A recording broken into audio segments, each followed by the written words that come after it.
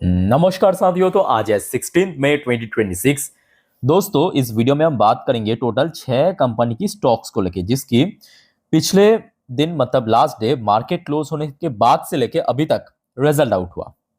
और बात यह है, इन 6 में से मोस्टली कंपनी की रिजल्ट बहुत वीक रहा। ठीक है, तो आपका काम सिर्फ यही रहेगा, ये 6 कंपनी की शेयर जो इस वीडियो में हम चर्चा करेंगे, इसके ऊपर नेक्स्ट डे मार्केट जब ओपन होगा सोमवार, नजर जरूर रखना। ठीक है, अब देखिए गिरावट होगा नहीं होगा बात की बात है, बट मोस्टली चांस है गिरावट होने का।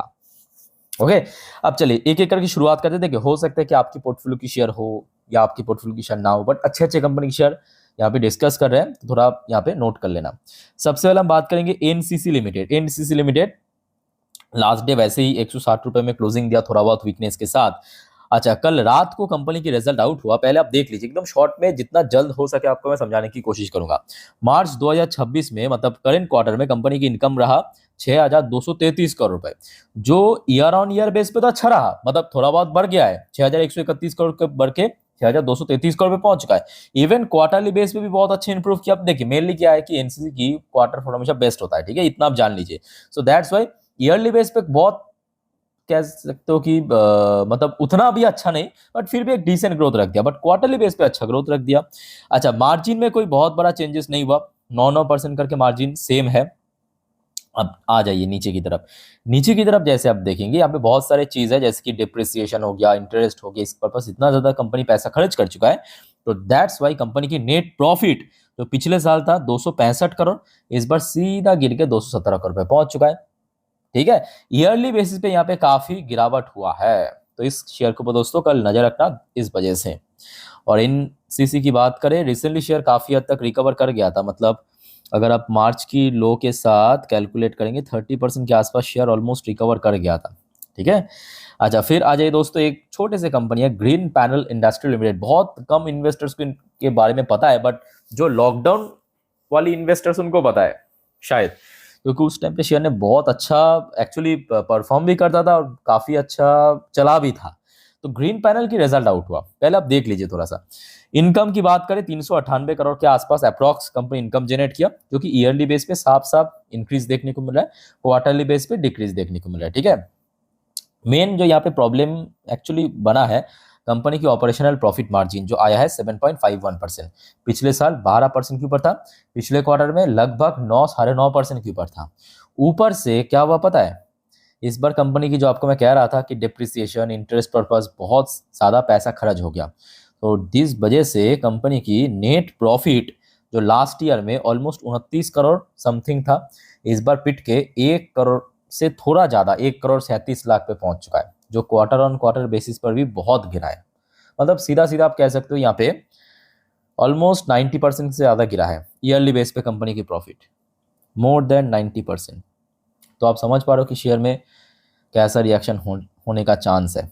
और ख़ास करके पिछले कुछ साल पे तो कंपनी की परफॉर्मेंस भी उतना बढ़िया नहीं रहा, उसके पहले कंपनी अच्छा परफॉर्म किया था। मैं आपको एक बार दिखा देता हूँ, जो आपको मैं कह रहा था अभी अभी कि इसकी लॉकडाउन के ठीक बाद शेयर बहुत बढ़िया रिटर्न दिया था। ये देखिए 2020 में देखिए शेयर गिर गया था, 25 रुपये साफ दिख रहा है। उसके बाद पता है ये देखिए 600 तक पहुंच गया था, कुछ ही मतलब 1-2 साल के अंदर 2200-2300% के आसपास रिटर्न दिया था, मतलब पैसा जो है 22-23 गुना करके दिया था। और इसके ऊपर भी नजर रखना। फिर आ जाइए भारत की एक बहुत ही पॉपुलर कंपनी, नाम आपने सुना होगा वीआईपी इंडस्ट्री। नाम आई थिंक कि आप लोगों ने सुना होगा। वीआईपी इंडस्ट्री की जो सूटकेस वगैरह बैग्स काफ़ी चलता है भारत में, वीआईपी इंडस्ट्री की रिजल्ट आउट हुआ है। और रिजल्ट दोस्तों शुरू से ही गड़बड़ी, मतलब इनकम की सेगमेंट पे ही एकदम से ड्रॉप हो गया। लास्ट ईयर में इनकम ही था 494 करोड़, इस बार ड्रॉप होकर 436 करोड़, जो कि क्वार्टरली बेसिस पर भी गिरा है। और उसके साथ साथ सबसे बड़ी फैक्टर ये बना कि कंपनी इस बार जो खर्चा है, एक्सपेंस बहुत बढ़ चुका है, कुछ ज़्यादा ही बढ़ चुका है, तो जिस वजह से इसका जो फिर भी लास्ट ईयर कुछ बचा कुचा मार्जिन था 1%, इस बार वो भी नहीं बचा, सीधा सीधा नेगेटिव में, वो भी -19%। और लगातार देखिए क्वार्टरली बेस पे और ब्रॉड हो गया। और जिस वजह से कंपनी की जो लॉस लास्ट ईयर में था, लास्ट ईयर भी लॉस हुआ था 27 करोड़ की, लास्ट क्वार्टर में 53 करोड़ की, इस बार बढ़ के 129 करोड़ की लॉस में पहुंच चुका है। परफॉर्मेंस वैसे ही वीक चल रहा है बहुत, वीआईपी इंडस्ट्री ऐसे कंपनी की परफॉर्मेंस, और शेयर भी लगातार बैक टू बैक गिर रहा है। ओके, तो इसके ऊपर भी दोस्तों नजर रखते हैं। अब चलिए दोस्तों नेक्स्ट स्टॉक पे चलते हैं। भाई देखो एक और बात दोस्तों, प्लीज मेक श्योर कीजिए आपने चैनल को ऑलरेडी सब्सक्राइब करके रखा, नहीं रखा तो फटाफट अभी करके रख दीजिए इस प्रकार की जानकारी पाने के लिए। और दोस्तों कल मतलब संडे मैं आपको अगले हफ्ते के लिए सारे जानकारी देने वाला हूँ, कल दे दूंगा, तो मिस मत करना देखना। मतलब जितने भी इवेंट्स है अगले हफ्ते, जितने भी इकोनॉमिकल डेटा आउट होगा, जितने भी आपके रिजल्ट आउट है बाकी बचा कुचा, या जो जो स्टॉक्स इंपॉर्टेंट है, जियो पॉलिटिकल अपडेट, शेयर मार्केट की अपडेट, सब आपको मैं कल दे दूंगा पाई टू पाई, तो मिस मत करना कल एक भी अपडेट, ठीक है। अच्छा नेक्स्ट आ जाइए पावर ग्रिड। पावर ग्रिड पे ना मैं कहूँगा यहाँ पे 50-50 चांस है, 50-50 चांस है। ऐसा मैं क्यों कह रहा हूँ पहले आपको मैं समझा देता हूँ। देखिए पावर ग्रिड की रिजल्ट अगर आप देखें, मतलब इनकम की सेगमेंट पे उतना खराब नहीं हुआ, एक बार देख लीजिए थोड़ा सा, ठीक है। पावर ग्रिड तो ऑब्वियसली बड़े कंपनी है, 11,666 करोड़ की इनकम जनरेट किया, जो लास्ट ईयर की अनुसार थोड़ा गिरा है। क्वार्टर ऑन क्वार्टर बेसिस पे भी थोड़ा बहुत हमें ड्रॉप देखने को मिला, ध्यान से नोट करना, क्वार्टर ऑन क्वार्टर बेसिस पे ड्रॉप हुआ। तो इनकम की सेगमेंट कंपनी की, और मेन जो यहाँ पे फैक्टर्स बना है वो इसकी ऑपरेशनल प्रॉफिट मार्जिन, ये सबसे बड़ा फैक्टर। इनकम ड्रॉप हुआ, एक्सपेंस उससे ज्यादा बढ़ गया, इस वजह से क्या हुआ, लास्ट ईयर पे जहां पे कंपनी की मार्जिन था 83%, लास्ट क्वार्टर में 86%, वहां से सीधा मुंह के बल गिरा 45% पे। और जिस वजह से इसका जो प्रॉफिट बिफोर टैक्स, नोट करना, लास्ट ईयर में कितना था प्रॉफिट बिफोर टैक्स, टैक्स बनने से पहले 5,062 करोड़, लास्ट क्वार्टर में कितना था 5,497 करोड़, इस बार कितना रहा 100, मतलब जमीन आसमान की फर्क जिसको कहते हैं। बट दोस्तों यहाँ पे एक और बड़ा ट्विस्ट है, एक और बड़ा ट्विस्ट क्या है, इस बार सरकार की तरफ से भाई छोटा मोटा नहीं, 100-200 नहीं, 2,829% की टैक्स जो रिवर्स में मिला है, टैक्स प्रोविजन यहाँ पे प्रोविजन मिला है।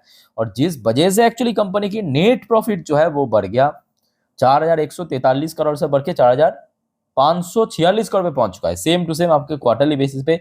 बट ओवरऑल अगर आप रिजल्ट के आउटलुक देखेंगे, आप इनकम से लेके आप एक्सपेंसेस को कैलकुलेट कीजिए, मार्जिन को कैलकुलेट कीजिए, कुछ खास हमें देखने को नहीं मिला, ठीक है। सो पावर ग्रिड में जिस वजह से मैं कहूंगा 50-50 चांस है, क्योंकि प्रॉफिट की सेगमेंट पे कंपनी ठीक ठाक काम कर दिया, क्योंकि सरकार की तरफ से रिवर्स टैक्स मिल गया है, और जिस वजह से नेट प्रॉफिट बढ़ गया। सो लेट्स सी क्या होता है, ये तो ऑब्वियसली बड़े कंपनी है, और साथ में आई थिंक कि निफ्टी 50 की पार्ट भी है, मैं अगर गलत नहीं हो तो।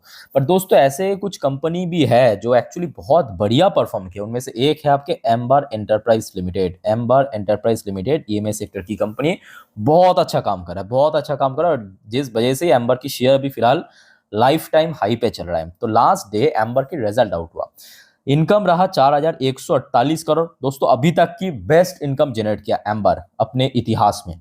लास्ट ईयर में ये फिगर था 3,754 करोड़, लास्ट क्वार्टर में तो 2,943 करोड़, बहुत ज्यादा बढ़ा है। अच्छा मार्जिन की बात करें, मार्जिन इस बार 1% गिरा है, जो पहले से देखिए एक्सपेक्टेड था, कुछ पॉइंट तो एक्सपेक्टेड पहले से ही सबको पता है, क्योंकि मेनली कॉपर की प्राइस बढ़ना कहीं ना कहीं इस जैसे कंपनी के लिए काफी नुकसानदायक हो सकता है। बट ओवरऑल बात करें, कंपनी मैनेज कर लिया है अपने एक्सपेंस, हो सकता है कि बढ़ने के कारण 1% मार्जिन थोड़ा ड्रॉप हुआ है, बट अल्टीमेटली कंपनी की नेट प्रॉफिट जो है वो लास्ट क्वार्टर में जो 9 करोड़ की लॉस हुआ था, उसके पहले 32 करोड़ की लॉस हुआ था, टोटली मेकअप करके 162 करोड़ की प्रॉफिट, और ईयरली बेसिस पे 118 करोड़ से बढ़ के 162 करोड़ पे पहुंच चुका। तो ये मैं कहूंगा एम्बर एंटरप्राइज की रिजल्ट अच्छा रहा, ठीक है। सो लेट्स से अब देखिए बाजार के ऊपर बहुत कुछ डिपेंड करेगा, मतलब ब्रोकरेज फर्म द्वारा कैसा रेटिंग टारगेट मिलता है, लेट्स से क्या होता है, ठीक है।